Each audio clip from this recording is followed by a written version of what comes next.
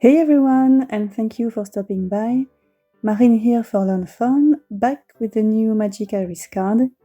I'm a huge fan of this die set, and I like to use it as much as possible.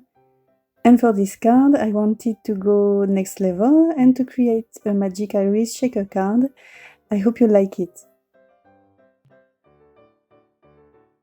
So like always, here are the different stamp and die sets I used.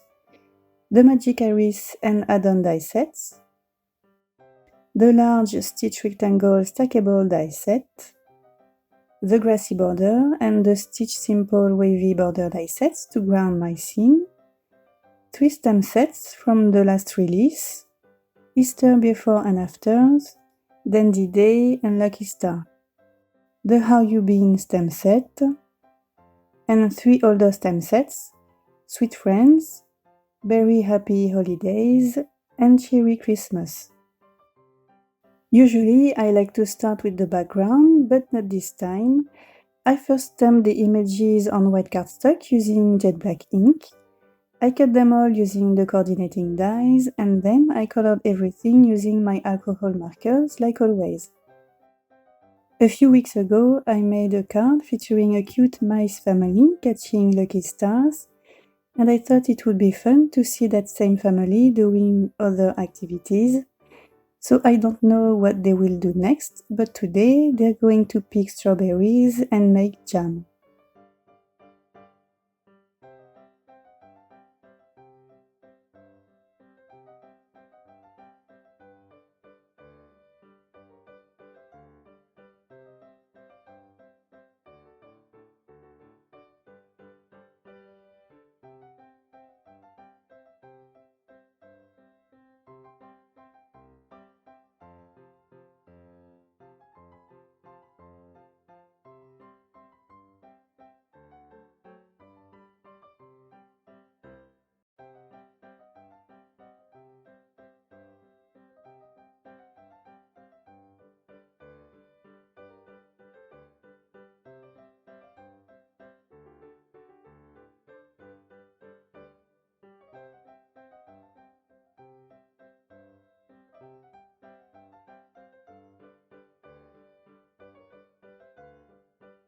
For the inside of the jar, I already knew that I was going to use a pink paper from the Spiffy Speckles paper pack.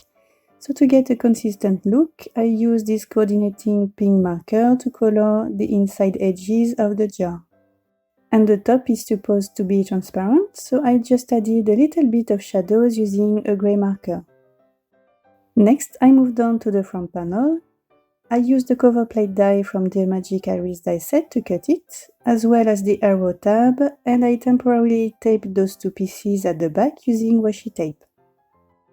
I didn't want the background to compete with the main subject of my card, the jar of jam, so I created a very simple sky using the cloudy stencil, along with tumbled glass distress ink.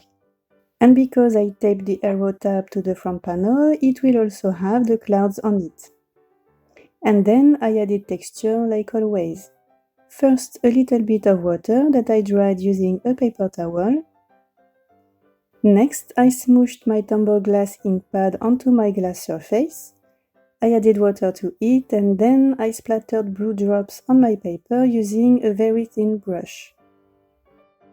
Now to the bottom part of my card.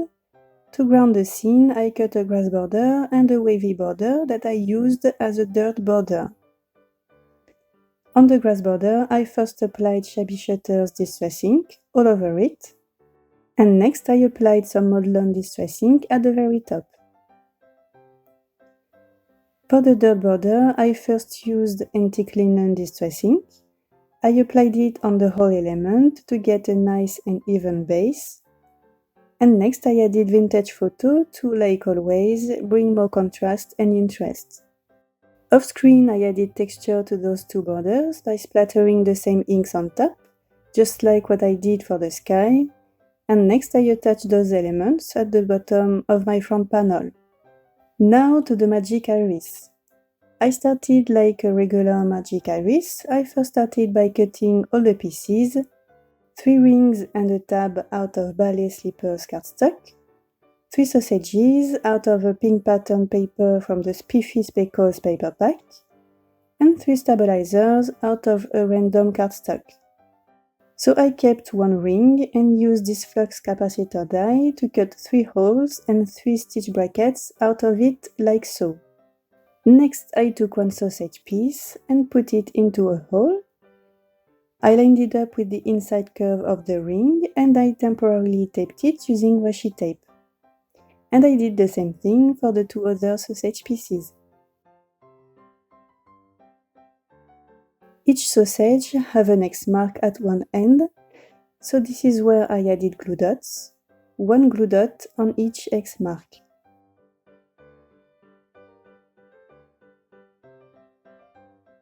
Next I took a second ring, I placed it on top of the sausages and pressed down firmly to stick everything together. I removed the tape that was keeping the first ring and sausages together, and I reused this tape to, this time, keep the first and second rings together like so. I folded the ring over and on the 3 stitch bracket spots I applied double-sided tape from the inside to the outside of the ring. I removed the backing paper and next I attached the stabilizers right up against the inside curve of the ring. Again, I folded the ring over, I picked one of the stabilizers and attached the tab at the right. I lined this tab up against the inside curve of the ring, and I made sure to create like a V shape with the stabilizer on the left. Next, I applied double-sided tape on the 3 stabilizers. I removed the backing paper and placed the last ring on top, and I folded the stabilizers, not too tight, to finish the magic iris mechanism. Of course, I removed the washi tape and tried the iris a few times to check if it was working well. This iris needed a handle, so I attached the arrow tab, the one from the beginning of the video, making sure to align it with the outside curve of the ring, and then I cut the piece that was peeking out. Next, I moved on to the shaker part. I flipped the magic iris over, and to get a nice and straight base, I cut another ring out of the same ballet slippers cardstock. I applied double-sided tape on the stabilizers only, and I attached this ring at the back of the iris. So we are still at the back of the iris. I cut a circle out of acetate, a little bit smaller than the ring, and I stuck it using liquid glue.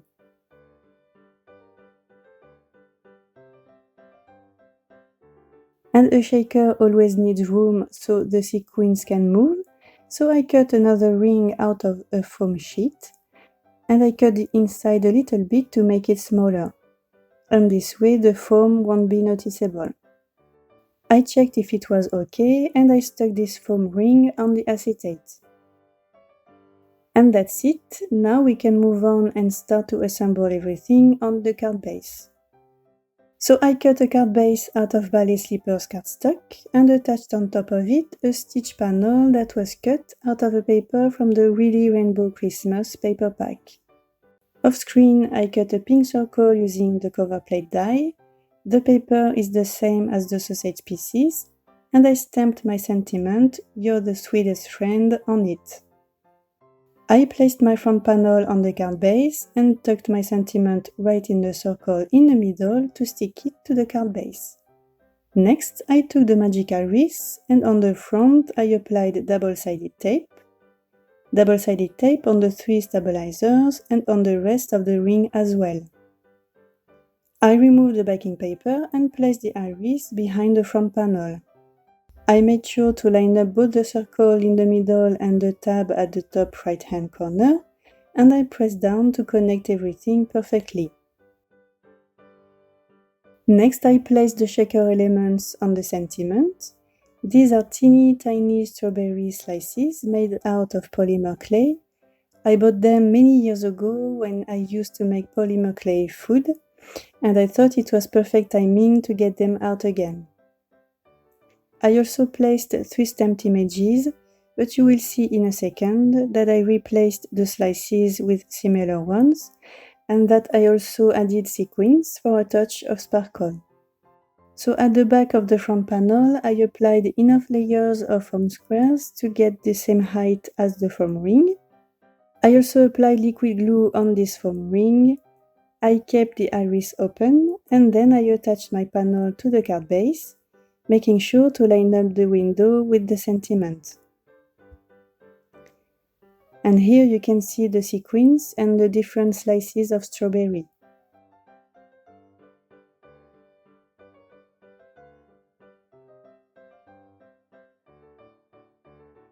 Before attaching the images, the jar still needed a little something. I just couldn't stick it to the panel because the clouds were peeking inside of it. So I used the cover plate die to cut a circle out of a piece of the same pink paper.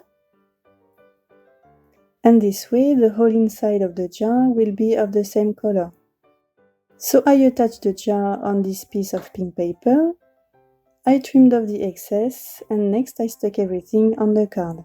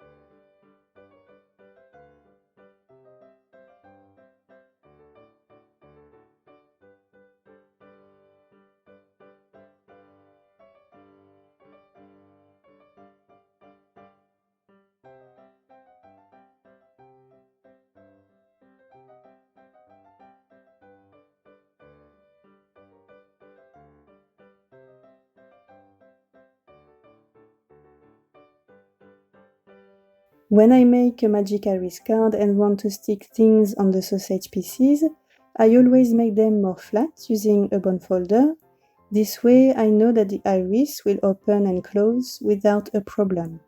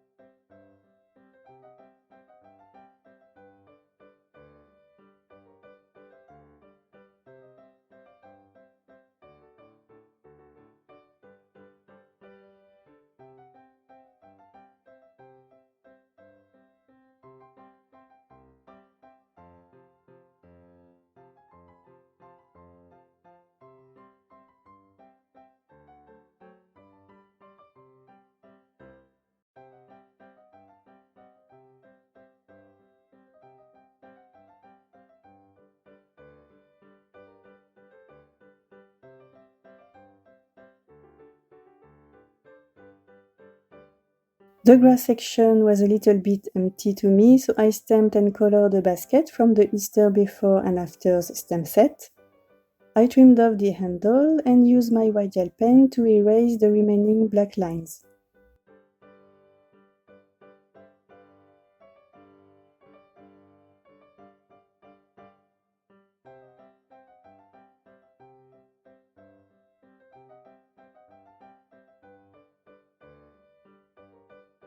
Almost done. I cut the arrow out of the same red paper as the background and glued it on the tab, and you can notice that I also added some other cute mice next to the basket. I definitely cannot leave a spot empty. Finally, I added some clear droplets in the sky. They bring an extra touch of shine, but do not compete with the rest of the scene.